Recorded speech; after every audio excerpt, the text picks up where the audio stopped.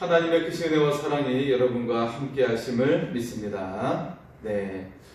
봄의 따스함이 기분 좋은 그런 계절입니다. 네. 이제 조금 있으면 나무에 새싹이 돋아나게 될 것이고, 또 남해 지방은 이미 꽃이 폈다라고 이야기하죠. 봄과 함께 여러분의 입맛도 혹시 돌아오지 않을까 그런 생각을 해봅니다. 봄에는 나물들이 이제 나게 되는데, 그 나물들은 독특한 향기가 있는 것을 볼 수가 있어요. 그 나물들의 향기가 마치 한약처럼 우리 몸을 또 건강하게 하는 것을 느낄 수가 있습니다. 여러분의 입맛을 돋게 하는 것은 무엇이 있습니까? 네, 그리스도인들은 무엇을 통해 입맛이 있어야 할까요? 그것은 바로 하나님의 말씀인 줄 믿습니다. 네, 우리가 먹는 음식도 우리를 즐겁게 하겠지만, 무엇보다도 우리를 즐겁게 하는 것은 영의 양식인 하나님의 말씀을 통해서 우리가 즐겁게 되는 줄 믿습니다. 오늘 요한계시록은 이처럼 하나님의 말씀을 먹는 것에 대해서 말씀을 하고 있어요. 네, 어떻게 하나님의 말씀을 먹을 수 있을까? 네, 그 말씀을 먹는 것에 대해서 오늘 증거하고 있습니다.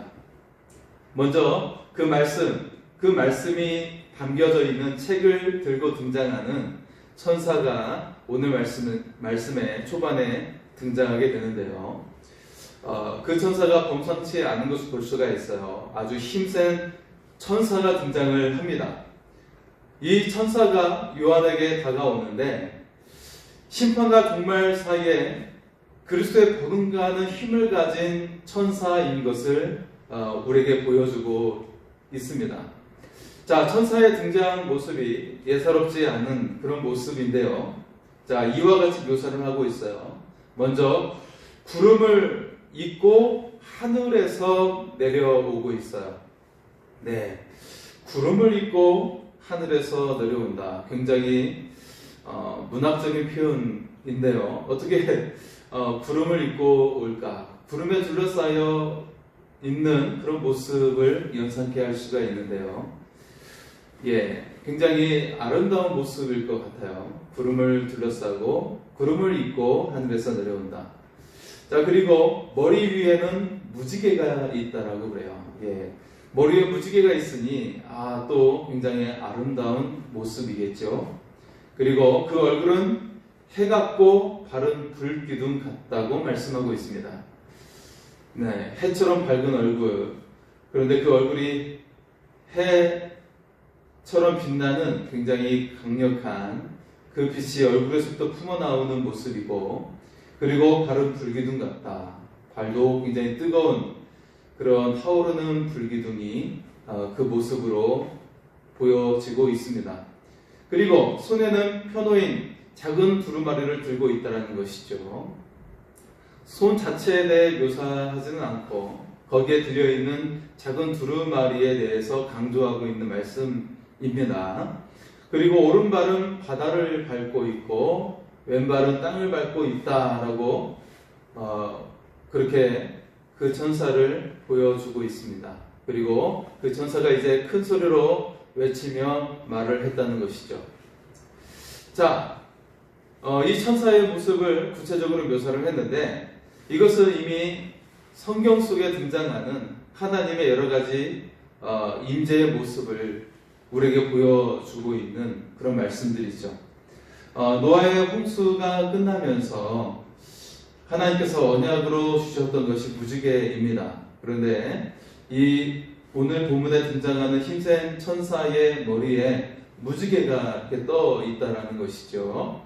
하나님의 임재와 같은 내용이에요.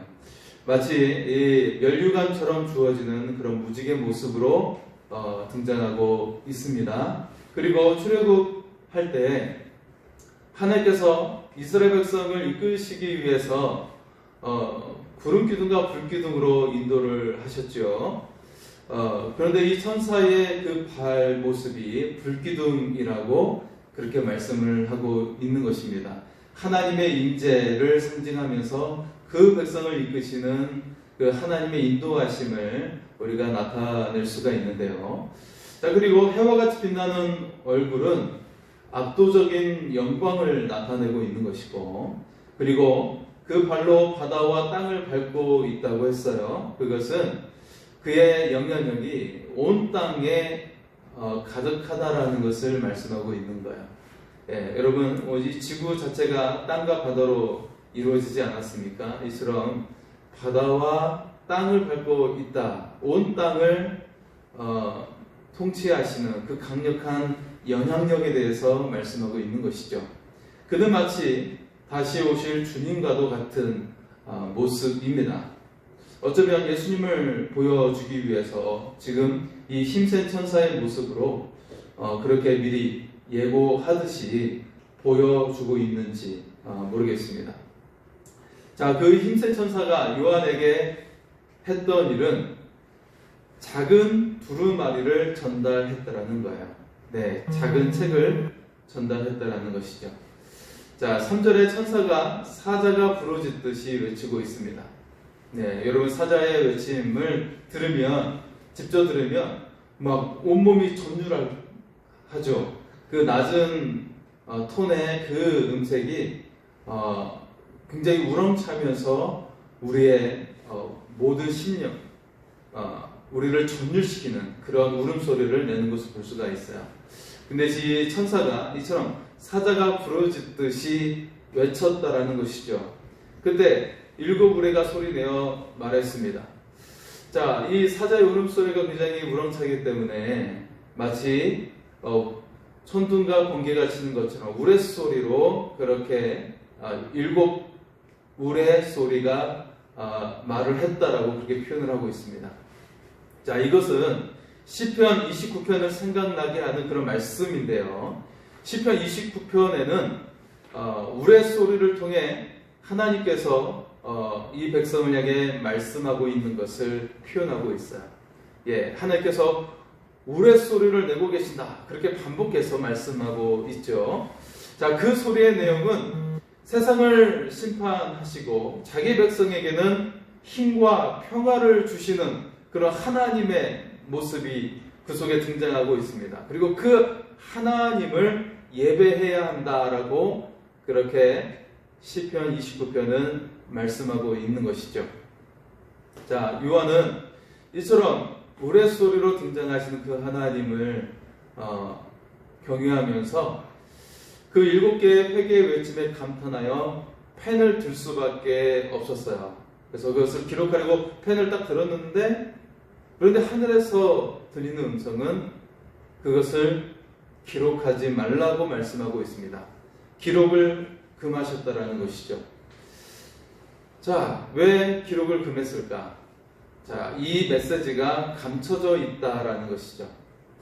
여러분, 이제 학생들이 학기가 시작이 되었어요. 새 학기가 시작이 되었는데 봄이 되면 어김없이 하는 것 중에 하나가 바로 봄 소풍이죠. 네. 물론 이제 4월 말이나 5월 초에 많이 가게 될 텐데, 봄 소풍을 가서 가장 재미있는 것 중에 하나가 여러분 무엇입니까? 소풍을 가서 거기에서 가장 재미있는 것 중에 하나가 뭐 장기자랑도 있겠지만 또 가장 하이라이트는 무엇이냐면 보물찾기죠. 예. 요즘에도 하는지 잘 모르겠지만 이 보물찾기가 최고의 재미를 주었어요. 그 중에 하나는 그 최고의 재미가 되었던 이유 중에 하나는 감춰진 그 보물이 감춰져 있기 때문에 그렇습니다. 그 보물이 감춰져 있기 때문에, 그리고 그것을 찾으며 선물을 받기 때문에 그런 것인데요. 이 보물이 감춰져 있기 때문에 더욱 호기심이 작동이 되고 적극적으로 그것을 찾으려고 하게 되는 거예요. 그리고 이 감춰진 보물은 모두에게 동등한 기회가 주었기 때문에 모든 학생들이 참여할 수 있는 그런 시간이기 때문에 굉장히 호기심이 작동이 되고 적극적으로 임하게 되는 것을 볼 수가 있어요. 뭐 장기자랑이야 정말 시력이 좋은 학생들이 앞에 나오고 하지 않습니까? 그런데 보물찾기는 모든 학생들이 다 참여할 수 있는 것이기 때문에, 그리고 또 이 보물이 감춰져 있다라는 그런 내용 때문에 더욱더 적극적으로 참여하고 호기심을 가지게 되는 것을 볼 수가 있습니다. 자, 성경에는 우리에게 감춰진 말씀들이 여러 존재하고 있어요. 그 속에서 그리스도인들은 기쁨과 소유를 자유를 얻게 됩니다. 기쁨과 자유를 얻게 되는데, 자, 인봉되고 감추었다라고 오늘 말씀에 등장을 합니다. 그래서 그것을 기록하지 말라고 말씀을 하고 있는데요. 자, 인봉되고 감추었다는 말에는 두 가지 의미를 가지고 있어요. 첫 번째 의미는 그리스도인들만 누리는 기쁨과 자유가 있다는 것이죠. 그것은 밭에 감춰진 부활을 발견하여 모든 소유를 팔아서 그 밭을 사는 것과 같은 것입니다. 자, 이것은 이 밭에 감춘 보화의 의미는 바로 복음 대신 예수 그리스도를 상징하고 있는 것이죠. 그 예수님을 발견하면 어떻게 돼요? 천국을 얻게 되는 것입니다. 영생을 얻게 되는 것입니다. 이처럼 우리가 그리스도를 발견한다고 하는 것은 밭에 감춘 부활을 소유하는 것과 같은, 그것을 차지하는 것과 같은 것입니다. 그래서 그것을 통한 기쁨과 자유가 그 속에서 주어지게 되는 것이죠. 자, 그런데 두 번째 의미가 있는데, 감춰져 있다고 하는 것은 결국 그것을 볼 수 없는 사람들이 있다라는 것입니다. 영적인 세상을 알지 못하고 세상만을 즐기면서 살아가고 있는 사람들, 어리석은 사람들을 가리키고 있는 것이죠.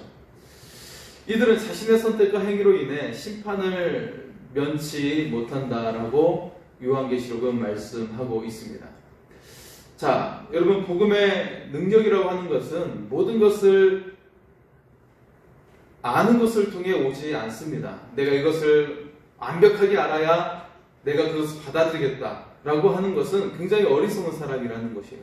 왜냐하면 사람이 어찌 하나님의 그 높은 지혜를 다 이해할 수 있겠습니까? 여러분, 과학자들도요, 아무리 열심히 학문에 매진한다 할지라도 이 세상이 돌아가는 원리를 제대로 다 이해하지 못한다라고 하는 것이죠. 절반은커녕 10분의 1도 제대로 이해하지 못한다라고 그들은 고백을 하고 있어요. 이것이 무엇을 의미하고 있죠? 여러분, 많이 배울수록 더욱더 겸손해지게 되는 것입니다. 그래서 우리가 많이 알면 알수록 내 것만 고집하는 자가 아니라 다른 사람을 포용하고 인정할 수 있는 사람이 되는 거예요. 왜냐하면 많이 알수록 내가 얼마나 연약하고 부족한 것인지를 깨닫기 때문이죠. 그런데 오히려 한두 가지만 아는 사람이 그것을 추종하고 매달리는 사람들은 내 것만 진짜라고 이야기하는 사람은 굉장히 어리석은 사람인 것을 알 수가 있어요. 그것이 전부인 양 매진하기 때문에 그렇습니다. 네. 그래서 우리가 신앙을 갖는 것도 그렇고 우리가 이 세상을 살아가는 것도 마찬가지로 우리가 두 진영으로 나눈 것이 아니라 나의 연약함을 인정하고 상대를 받아들일 수 있는 포용력, 이런 자세가 우리 가운데 필요하고 우리 대한민국 가운데 필요합니다. 지금 정치든 종교든 이렇게 나눠져 있는 그런 모습들이 간혹 보이는데, 우리가 더욱더 상대를 인정하고 받아들일 수 있는 그런 성숙한 자세가 필요하다라는 것이죠. 자, 복음의 능력이 모든 것을 알면서 오지 않는다라는 것, 신명기 29장 우리에게 말씀하고 있어요.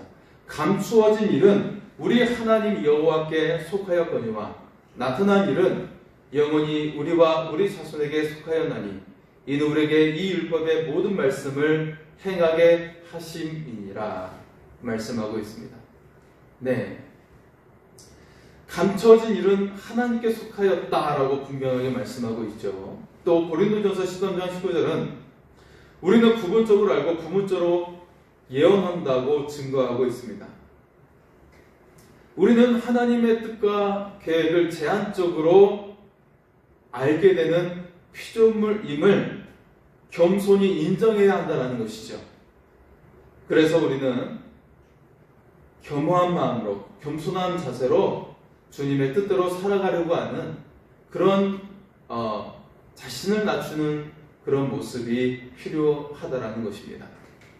자, 그리고 이제 천사를 통해 선포된 말씀이 있습니다. 힘센 천사가 오른손을 들고 맹세하여 선포하고 있는 말씀이 5절에서 7절에 등장하고 있는데요. 자, 그 선포의 내용은 지체하지 않겠다라는 것입니다. 그리고 하나님의 비밀이 반드시 이루어진다라고 말씀하고 있는 것이죠. 우리는 하나님께서 지체하지 않는다라는 사실을 잊지 말아야 합니다. 주께서 다시 오실 때 그 비밀은 반드시 이루어지게 됩니다. 자, 오늘 말씀에 등장하고 있는 이루다라는 말은 헬라어 텔레오라는 단어가 사용되었는데요. 요한계시록에서는 8번 사용되고 있어요. 네. 그 중에 첫 번째가 바로 오늘 본문 7절에 등장하고 있습니다. 자, 7절의 말씀입니다. 일곱째 천사가 소리내는 날 그의 나팔을 불려고 할 때에 하나님이 그의 종 선지자들에게 전하신 복음과 같이 하나님의 그 비밀이 이루어지리라 하더라. 아멘. 사랑하는 성도 여러분, 하나님께서 반드시 이루어 주십니다. 하나님의 아름다운 약속이 우리의 삶 가운데 이루어지게 하시고, 또 반면에 하나님의 심판도 하나님께서 친히 이루어 가십니다. 우리가 이 세상을 살면서 억울한 일도 당하기도 하는데요.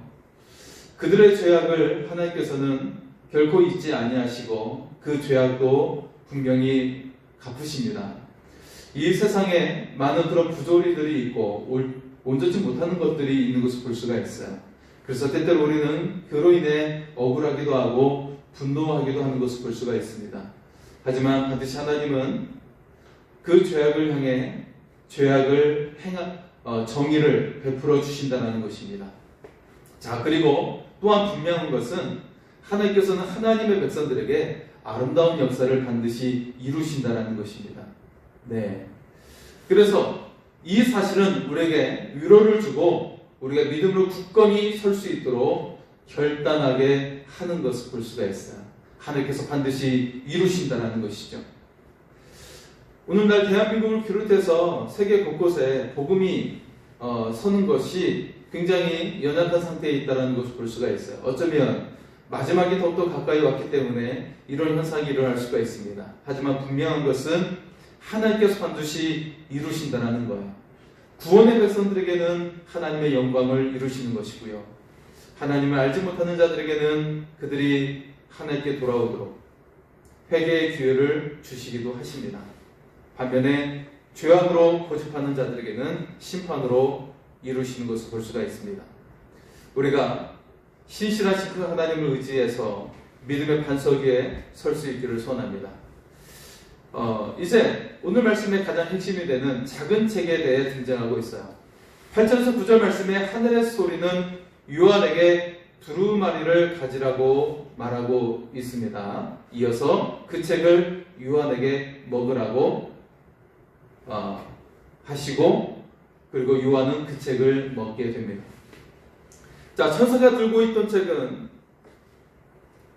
이미 앞서 5장에서 7인으로 봉해진 책이었어요.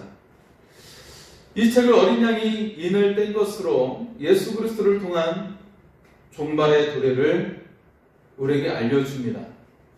그런데 오늘 2절과 9절에는 의도적으로 작은 두루마리라고 하는 단어, 비블리아 리디온이라는 단어를 사용하고 있어요.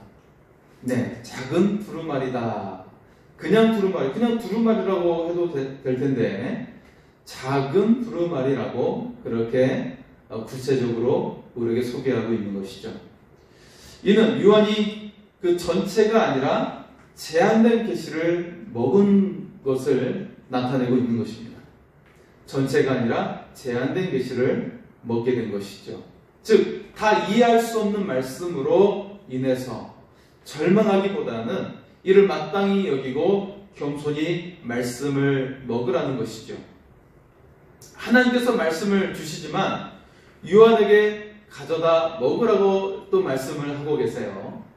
자, 말씀을 먹는다고 하는 것은 스스로 해야 하는 일입니다. 떠먹여주는 것이 아니라 스스로 해야 한다는 것이죠. 그림의 떡만을 바라기보다는 내 앞에 밥상에 수저를 들고 직접 내 입에 넣어야 한다는 것이죠.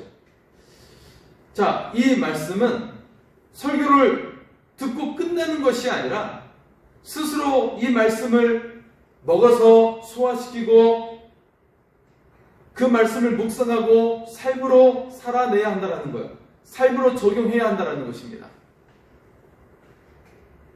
귀에 들려오는 그런 설교 말씀으로 끝내버리는 것이 아니라 그 말씀을 내 몸속에 체화시켜서 살아내야 한다는 거예요. 그것을 우리가 말씀하고 있는 것입니다. 아무런 묵상 없이 설교만 들으면 잘 된다는 생각은 마치 응급실에서 수액만 맞고 물을 마시지 않는 것과 같은 것이에요. 네, 영양제만 맞고 물도 마시지 않고 밥도 먹지 않고 활동도 하지 않으면 건강해질까요? 건강하지 못하죠. 그냥 계속 환자로만 누워있게 되는 것입니다. 밥을 먹기 번거롭다고 누워만 있는 불효자와 같은 모습이 되는 것이죠. 자, 먹는다고 하는 것은 체화하는 거예요. 몸으로 소화시켜서 내 몸 자체가 되는 것입니다. 말씀을 듣는다고 하는 것은 적용을 위해서 듣는 것이에요. 그것을 살아내기 위해서 말씀을 받는 것입니다. 그냥 귀로 듣고 끝내는 것이 아니라 살아내기 위해서 듣는 거라는 말씀인 것입니다. 우리는 얼마나 많이 알고 있는가 보다 얼마나 진실되게 말씀을 적용했는지를 살펴보아야 합니다. 한 구절이라도 정직하게 자신과 사회에 적용하고 살아내는 그 사람은 인생이 달라지게 되는 거예요. 하지만 이러한 적용의 삶이 결코 쉽지 않은 것을 볼 수가 있죠. 말씀은 항상 우리가 증언자가 되어야 한다라고 우리에게 명령하고 있기 때문에 그렇습니다. 자, 오늘 9절과 10절 말씀 속에서는 입에는 달지만 속은 쓰다라는 말을 반복해서 강조하고 있어요. 입에는 달았는데 속이 쓰다. 이것이 무엇을 의미할까요? 에스겔이 선자로 부름을 받은 후에 하나님께서 그에게 두루마리를 먹게 하신 일이 등장합니다. 반역한 백성들은 입을 벌려 말씀을 먹지 않는다라고 하시면서 에스겔에게 펴놓은 두루마리를 먹으라고 하신 것이죠. 그 두루마리는 애가와 애곡과 재앙의 말이 안팎에 적혀 있다라고 에스겔 2장 10절에 말씀하고 있어요. 그러니까 그 말씀이 축복과 기쁨의 말씀이기보다는 애가와 애곡 재앙의 말이 안과 밖에 두루 가득 적혀 있다라는 것입니다. 하나님께서 공의를 세우시겠다라고 하는 약속이 입으로 들어갈 때는 꿀처럼 달았지만, 하지만 이 말씀을 삶에 적용해서 사람들에게 전하는 과정은 너무나도 고통스러운 과정이었습니다. 네. 자, 에스겔은 이 말씀 앞에서 두려워 떨며 7일을 지냈다고 에스겔 3장 15절에 말씀하고 있어요. 네. 자, 그 말씀, 하나님의 말씀 받는 것 자체는 굉장히 달았지만 이것을 전하는 것은 너무나도 고통스러운 상황이었다라는 것이죠. 여러분, 신자에게 기쁜 소식, 복음은 세상에게는 심판이 됩니다. 세상은 진리의 삶을 살면서 찔림을 받기 때문에 그 진리를 제거하려고 해요. 가슴이 찔리기 때문에. 환난과 포로 생활과 죽음 앞에서 에스겔과 그리고 오늘 요한은 하나님의 뜻을 사람들에게 전하고 있습니다. 말씀을 먹는 것은 나를 위한 것이 아니라 나를 버리는 행위가 되는 것이에요. 네. 이 말씀을 전하는 것은 나를 괴롭게 하는 것이기 때문에 이 말씀을 먹는 이 행위는 나를 위하기보다는 나를 버리는 그런 행위가 되어진다는 것입니다. 때문에 두렵고 떨림으로 삶 가운데 하나님의 증거로 삼는 노력이 우리에게 필요하다라고 말씀하고 있습니다. 그리스도로 산다라고 하는 것은 증인으로 사는 것입니다. 이것은 이례적이지 않고 평생 반복되는 일상으로 나오게 되는 것이죠. 하나님은 요한에게 사명을 부여하고 있어요. 자, 오늘 11절의 말씀을 보면요. 11절입니다. 그가 내게 말하기를 내가 많은 백성과 나라와 방언과 임금에게 다시 예언하여야 하리라 하더라. 이 말씀은 예레미야가 받은 소명과 비슷합니다. 네, 예레미야의 그 소명을 인용한 것이라고 볼 수 있는 그런 부분인데요. 예레미야 1장 10절입니다. 보라, 내가 오늘 너를 여러 나라와 여러 왕국 위에 세워 내가 그것들을 뽑고 파괴하며 파멸하고 넘어뜨리며 건설하고 심게 하였느니라 하시니라. 자, 오늘 본문 11절에는 의도적으로 다시라는 단어를 거기에 첨부하고 있는데요.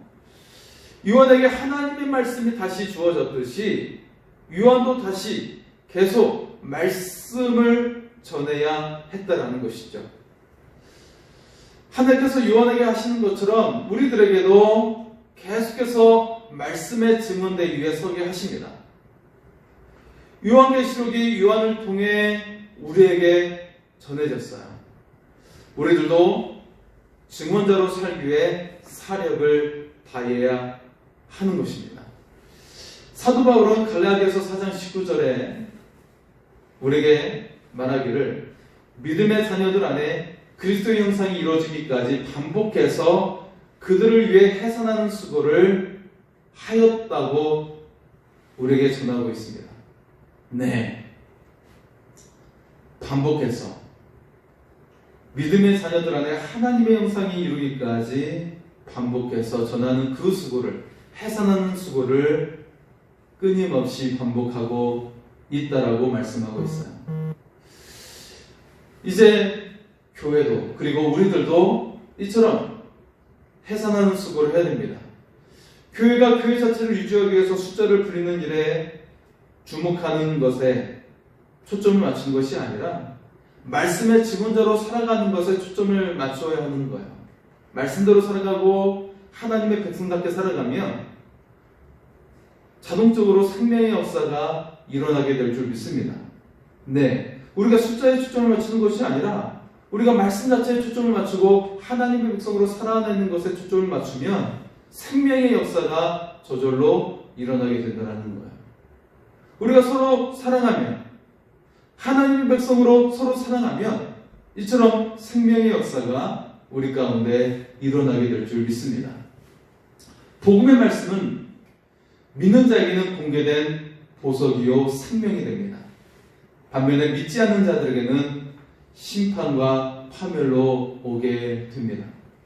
요한처럼 우리도 반복해서 하나님의 말씀을 받아야 합니다.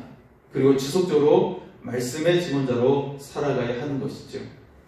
그래서 우리 주변 사람들과 세상 사람들도 하나님의 백성이 되도록 하는 것입니다. 생명의 길로 인도하는 것이죠. 여러분, 하나님의 형상을 이룬다는 말을 들어보셨죠? 조금 전에 바울도 갈라디아서 4장 19절에 말씀하신 것처럼 그리스도의 형상이 이루기까지 반복해서 이 일을 해산하는 수고를 감당하겠다고 말했어요. 자, 여기 하나님의 형상을 이룬다는 말은 창세기에 나와 있는 창세기 1장에서 등장하고 있는 하나님의 형상이나 그리고 바울이 말씀하고 있는 하나님의 형상이나 이 말이 모두 복수로 사용되어지고 있다는 것입니다. 무슨 의미일까요? 하나님의 형상은 나 혼자 이루는 것이 아니라 관계 속에서 이루어진다는 거예요. 즉, 나와 성도들과의 관계 속에서 하나님의 형상이 이루어지고 나와 가족들과의 관계 속에서 하나님의 형상이 이루어지고 나와 이웃들과의 관계 속에서 하나님의 형상이 이루어진다는 것입니다. 이처럼 우리는 혼자만 구원받는 존재가 아니라 함께 구원을 이루어가야 하는 존재라는 것이죠. 그래서 아름다운 하나님의 형상이 마침내 우리 가운데 이루어지게 되는 것입니다. 여러분, 이처럼 우리가 함께 구원을 이루어내면서 우리 가운데 아름다운 하나님의 형상이 이루어질 수 있기를 선합니다. 하나님 나라가 임하는 은혜가 여러분 가운데 임할 수 있기를 선합니다. 하나님께서 친히 우리와 함께 하시고 우리가 이 인생 끝나는 그날까지 하나님께서 항상 우리와 함께 하여 주심을 믿습니다. 이 은혜로 승리하며 살아가는 우리 모두가 될 수 있기를 소원합니다. 우리 시간 먼저 그 나라와 의를 구하라 찬양하고 같이 기도하겠습니다.